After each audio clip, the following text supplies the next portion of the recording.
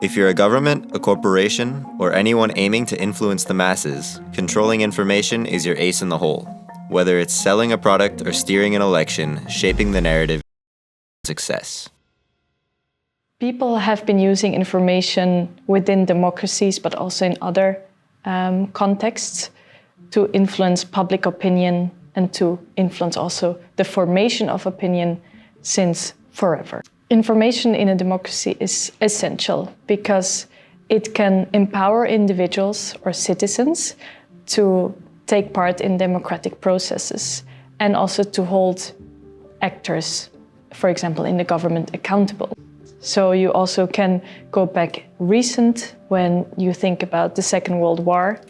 So all the propaganda that was spread in Nazi Germany, for example, that is all mis- and disinformation that has been put towards citizens. So to basically try to convince them that what the Nazis, their cause was, that it was the good cause, right? The right cause.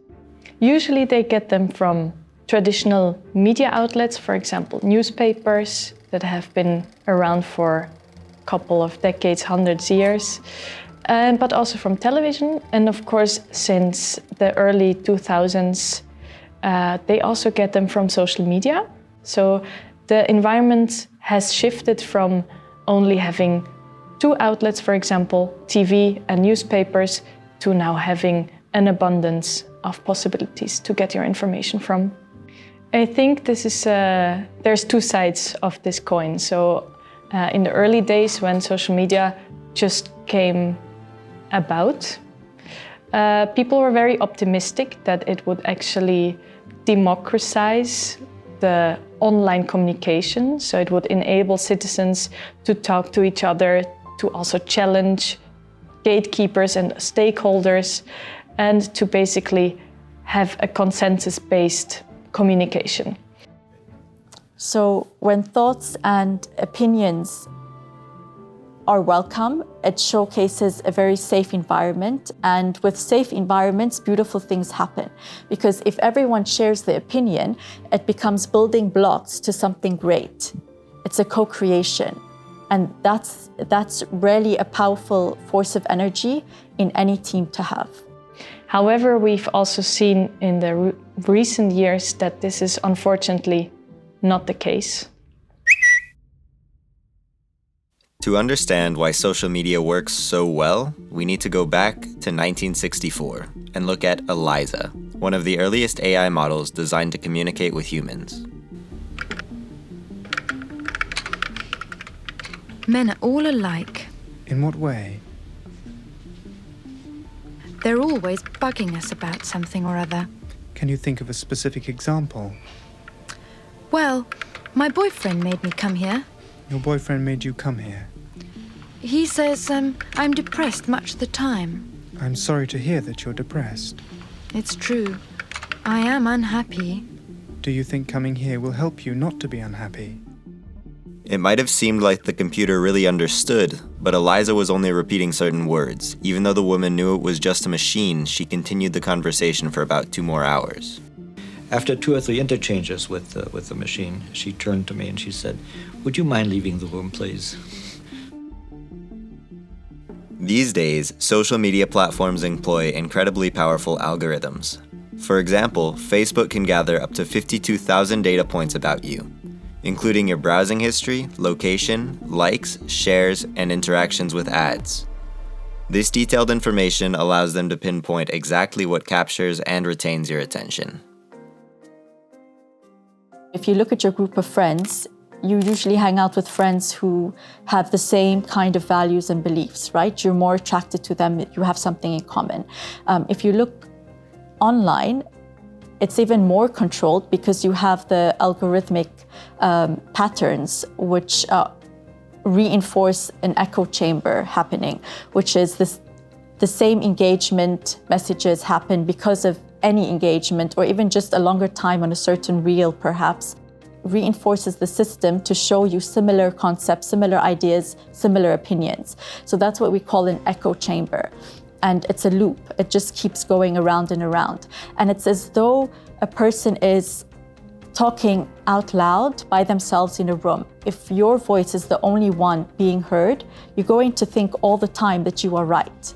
And this is a very interesting point, because if we look from an evolutionary standpoint, we find that people have always had a higher chance of survival while belonging to a collective community. So whether it's hunters, gatherers, their safety increases, their survival increases. So if we have to transfer that into the present day, a lot of critical information gets through to us by our social connections. It is this aspect of social media that is utilized for targeted propaganda. For instance, the Dutch political party VVD targeted individuals living in Rotterdam who have an interest in tennis. Similarly, the youth faction of GroenLinks targeted women aged between 18 and 28 with messages promoting sexual freedom, anti-patriarchy, and global issues. Importantly, this practice is not inherently negative, as it can effectively deliver the right message or product to the people who need or want it. However, they can also have negative consequences like polarization and increased fragmentation, because people, for example, consume news that are congruent with their already existing attitudes, so they become more and more absorbed within filter bubbles or echo chambers. And of course, if everyone is there to spread information, there might also be false, misleading information that someone spreads, like mis and disinformation, and that has also become a big problem.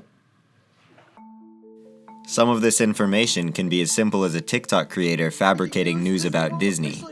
Despite being fake, such sensational news can attract thousands, sometimes millions of views. But this type of disinformation can have more serious connotations. Well, French authorities have uncovered a Russian disinformation campaign aimed at undermining Western support for Ukraine.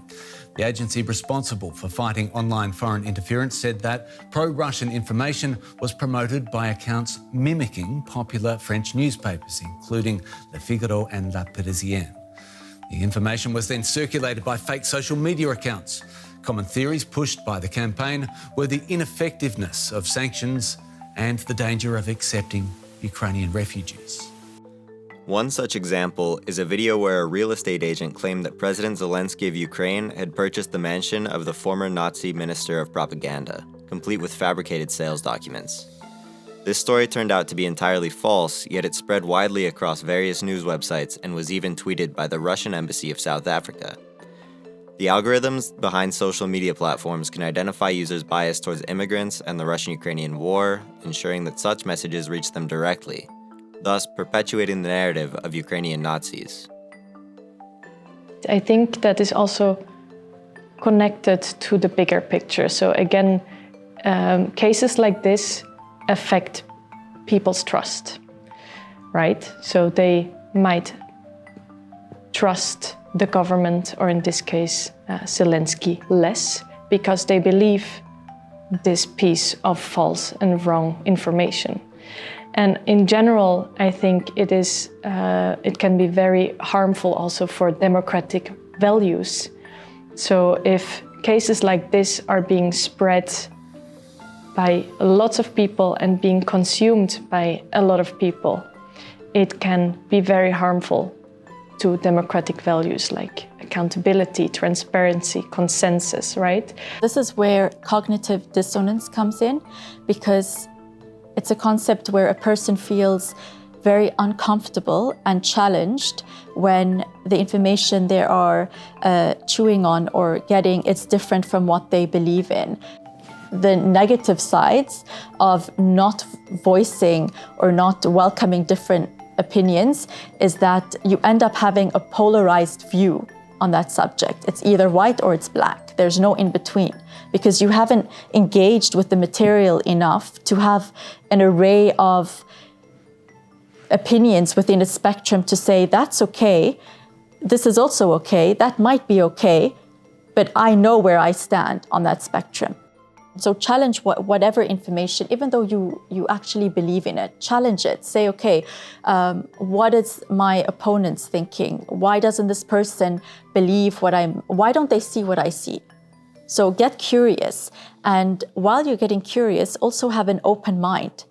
have an open mind to have conversations with people outside of your circle, outside of your bubble, and it will do you so much growth and so much goodness that it's not even about having a different view on the subject. It's about coming out of that conversation knowing that you can hold space for different views while still being convinced that you believe in what you believe in for a reason.